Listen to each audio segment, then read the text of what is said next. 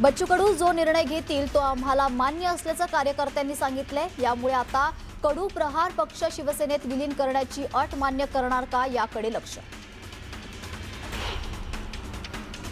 बोंधू राजेंद्र गडगेला आणखी 2 दिवसांची पोलीस कोठडी सुनावण्यात आली। गडगेकडील हार्ड डिस्कमध्ये सापडले तर तब्बल 700 व्हिडिओ तर आश्रम गोडाऊनमधून 99 प्रकारचे औषध सॅम्पल जप्त करण्यात आले। ट्रम्प यांच्यावरील हल्ल्यासारखी भारतातही स्थिती असल्याचं विजय वडेट्टीवारांनी म्हटलंय। भारतातही विनाशाच्या मार्गावर अशी लोकभावना असल्याचं वादग्रस्त विधान त्यांनी केलंय। रायगडच्या म्हसळ्यात राष्ट्रवादीतर्फे नगराध्यक्षपदासाठी नामनिर्देशन पत्र दाखल करण्यात आलंय। सुनील शेंडगेंचा अर्ज दाखल करण्यात आलाय तर 7 मे रोजी याचा निकाल लागणार आहे। चोपडा तालुक्यातील अडावद अंबाडे इथे सदस्यपदासाठी आणि सनपुले इथे सरपंच पदासाठी निवडणूक होणार आहे। यासाठी कर्मचाऱ्यांना निवडणुकीसाठी लागणारं साहित्याचं वाटप करण्यात आलंय। सोलापूर बालमाता प्रकरणात सोलापूर मनपा प्रशासन ॲक्शन मोडवर आलंय। यासाठी 7 पथकांची नेमणूक करण्यात आली आहे। वर्षभरातील प्रसूती झालेल्या महिलांची माहिती गोळा करून अहवाल तयार केला जाणार आहे। बागेश्वर बाबांच्या विधानावरून काँग्रेस नेते हुसेन दलवाई यांनी निशाणा साधलाय। हिंदूंची संख्या कमी होण्याच्या भीतीने 4 मुलं जन्माला घाला असं बागेश्वर बाबा म्हणतात। बागेश्वर बाबांना स्वतः का लग्न केलं नाही असा सवाल त्यांनी विचारलाय। निदा खानच्या अंतरिम अटकपूर्व जामिनावरील सुनावणी पूर्ण झाली आहे। कोर्टानं जामिनासाठीचा निकाल राखून ठेवलाय। 2 मे रोजी कोर्ट निर्णय देणार आहेत तर यामुळे निदा खानवर अटकेची टांगती तलवार कायम आहे। अशोक खरात प्रकरण दाबण्यासाठी टीसीएस प्रकरण बाहेर काढल्याचं इम्तियाज जलील यांनी म्हटलंय तर टीसीएस मधील धर्मांतर प्रकरण बोगस असल्याचाही त्यांनी उल्लेख केलाय। राज्यातील अनेक भागात तापमान 45 अंशाच्या वर गेलंय। त्यामुळे जनजीवन विस्कळीत झालंय। काही जिल्ह्यांना पुढील 24 तासांसाठी हवामान विभागाकडून उष्णतेचा ऑरेंज अलर्ट जारी करण्यात आलाय।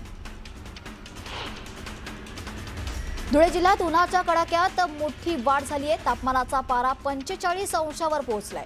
वाढत्या तापमानामुळे नागरिकांना सतर्कतेचा इशारा देखील देण्यात आलाय। संपूर्ण राज्यात हॉट सिटी म्हणून ओळख असलेल्या जळगावमध्ये उष्णतेचा कहर वाढलाय। तापमान तब्बल 44.5 अंशावर पोहोचल्यानं नागरिक उकाड्यानं हैराण झाले। जळगाव जिल्ह्यात वाढत्या उष्णतेमुळे आरोग्य विभागाकडून सतर्कता बाळगली जाते। जळगाव शासकीय वैद्यकीय महाविद्यालयात उष्माघातासाठी विशेष कक्ष स्थापन करण्यात आलाय। उष्माघात कक्ष 18 बेड राखीव ठेवण्यात आले। अमरावती जिल्ह्यात उष्णतेची लाट तीव्र झाली असून तापमानाचे उच्चांक गाठलाय। 46.8 अंश सेल्सिअस तापमानाची नोंद या ठिकाणी झाली आहे। विद्यार्थ्यांना उन्हाचा फटका बसू नये यासाठी शाळांची वेळ सकाळी 7 ते 10 अशी करण्यात आली आहे। दरम्यान नागरिकांनी दुपारच्या वेळेत घराबाहेर पडताना काळजी घ्यावी असं आवाहन प्रशासनाने केलंय। वर्ध्यात आतापर्यंतची सर्वाधिक तापमानाची नोंद झाली आहे। पारा 46.4 अंशावर पोहोचला असून येत्या 2 दिवसात तापमान 47 अंशावर जाण्याची शक्यता हवामान विभागाने वर्तवली आहे। मे महिन्यात नवा तपाचा फील आता बघायला मिळतोय तर वाढलेल्या तापमानाचा फटका बालक आणि वृद्धांना बसण्याची शक्यता असल्यानं काळजी घेण्याचं आवाहन आरोग्य विभागाने केलंय। छत्रपती संभाजीनगरच्या तापमानाने मागील 3 वर्षाचा रेकॉर्ड मोडलाय। 43.6 अंशापर्यंत तापमान पोहोचलंय। येणाऱ्या काही दिवसांमध्ये तापमानामध्ये अजून वाढ होण्याचा अंदाज शास्त्रज्ञांनी व्यक्त केलाय। त्यामुळे नागरिकांनी काळजी घेणं आवश्यक आहे। गरज असेल तेव्हाच घराबाहेर पडावं असं आवाहन आरोग्य विभागाकडून करण्यात येतंय। त्यासोबत घाटी आणि मनपा रुग्णालयांमध्ये उष्माघाताचे विशेष कक्ष तयार करण्यात आले। चंद्रपूरमध्ये वाढत्या उष्णतेचा फटका आता पर्यावरणालाही बसलाय। जिल्ह्याचं तापमान 45 अंशावर पोहोचल्याने शहरातील ऐतिहासिक रामाळा तलावाचे हजारो मासोळ्यांचा मृत्यू झालाय। पाण्याची पातळी घटल्याने आणि उष्णतेमुळे वॉटर हीटची स्थिती निर्माण झाली आहे। तर परिस्थिती नियंत्रणात आणण्यासाठी प्रशासन आणि पर्यावरण प्रेमींनी तलावात झाडांची पानं टाकण्याची मोहीम सुरू केली आहे। पाण्याचे तापमान कमी करण्याचा प्रयत्न देखील आहे।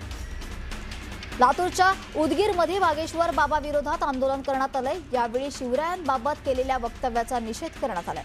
दरम्यान जोरदार घोषणाबाजी देखील करण्यात आली आहे। लोणावळा खंडाळा टॅक्सी चालक मालक असोसिएशनने 3 दिवसीय आमरण उपोषण केलंय। बेकायदेशीर ॲप आधारित कंपन्यांना विरोध करण्यात आलाय। तातडीने मागण्या पूर्ण न केल्यास तीव्र आंदोलनाचा इशारा देखील देण्यात आलाय। कराडमध्ये आता नाही तर कधीच नाही असं म्हणत कृषी दुकानदारांनी बेमुदत संप पुकारलाय। मागणी मान्य होईपर्यंत दुकान बंदच ठेवण्याचा इशारा देण्यात आलाय। परभणी जायकवाडी कालव्यात पाणी सोडण्याची मागणी स्वाभिमानी शेतकरी संघटनेनं केली आहे। कार्यालयात अधिकारी नसल्याने संतप्त कार्यकर्त्यांनी अभियंत्यांची खुर्ची जप्त केली। पाणी सोडेपर्यंत खुर्ची परत न करण्याचा इशारा देखील देण्यात आला। अहिल्यानगरमध्ये गोमातेला राष्ट्रमातेचा दर्जा देण्याची मागणी आमदार संग्राम जगतापांनी केली आहे। यावेळी त्यांनी गोमाता सन्मान अभियान अंतर्गत गोरक्षणासाठी 21,000 सह्यांचं तहसीलदारांचं निवेदनही दिलंय। जळगावात गो संरक्षण संघटनांच्या वतीने तहसीलदार कार्यालयावर मोर्चा काढण्यात आलाय। गोवंश हत्यांबंदी कायद्याची कडक अंमलबजावणी करण्याची मागणी करण्यात आली आहे। अवैध कत्तलखाने बंद करावे आणि गोरक्षकांवरील हल्ल्यांची चौकशी करण्याचीही मागणी करण्यात आली आहे। लातूर शहरात गोवंश संरक्षणाचा संदेश देण्यासाठी आज विविध सामाजिक धार्मिक संघटनांच्या वतीनं भव्य दिंडी काढण्यात आली। या दिंडीच्या माध्यमातून गोवंश संवर्धनाबाबत जनजागृती करण्यात आली। मंत्री शिवेंद्रराजे भोसले यांनी मोडी लिपी अभ्यासक कांचन कोठावळे यांची भेट घेतली आहे। छत्रपती राजाराम महाराजांचे 1698 सालातील सापडलेल्या मोडी लिपीतील आज्ञापत्रात सातारच्या राजघराण्याचा उल्लेख सापडलाय। चंद्रपुरात खासदार प्रतिभा धानोरकरांनी जिल्हा सामान्य रुग्णालयाला भेट दिली आहे। रुग्णांना चांगल्या सुविधा देण्याचे निर्देश यावेळी त्यांनी दिले।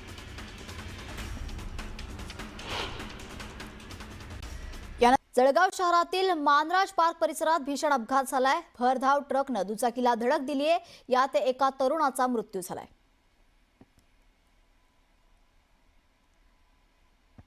नितेश राणे यांना कोर्टानं एका प्रकरणात दोषी ठरवून 1 महिन्यांचा कारावास आणि 1 लाखांच्या दंडाची शिक्षा सुनावली आहे। नितेश राणे काँग्रेसमध्ये असताना त्यांनी रस्त्यावरील खड्ड्यांच्या मुद्द्यावरून आंदोलन केलं होतं। यावेळी आक्रमक झालेल्या नितेश राणेंनी अभियंता प्रकाश शेडीकर यांच्यावर चिखलफेक केल्याचा आरोप होता। या प्रकरणात जिल्हा सत्र न्यायालयाने नितेश राणेंसह 40 जणांची निर्दोष मुक्तता केली होती। मात्र सार्वजनिक शांततेचा भंग केल्याच्या आरोपाखाली त्यांना दोषी ठरवण्यात आले। दरम्यान या शिक्षेला स्थगिती मिळावी म्हणून त्या हायकोर्टात याचिका दाखल करणार असल्याची देखील माहिती समोर येते। महत्त्वाचे जे गुन्हे होते 353 असेल किंवा त्यासोबत जे महत्त्वाचे गुन्हे होते त्यामध्ये सर्व गुन्ह्यामध्ये नितेश राणे यांची आणि सोबत सर्व आरोपींची निर्दोष मुक्तता करण्यात आलेली आहे।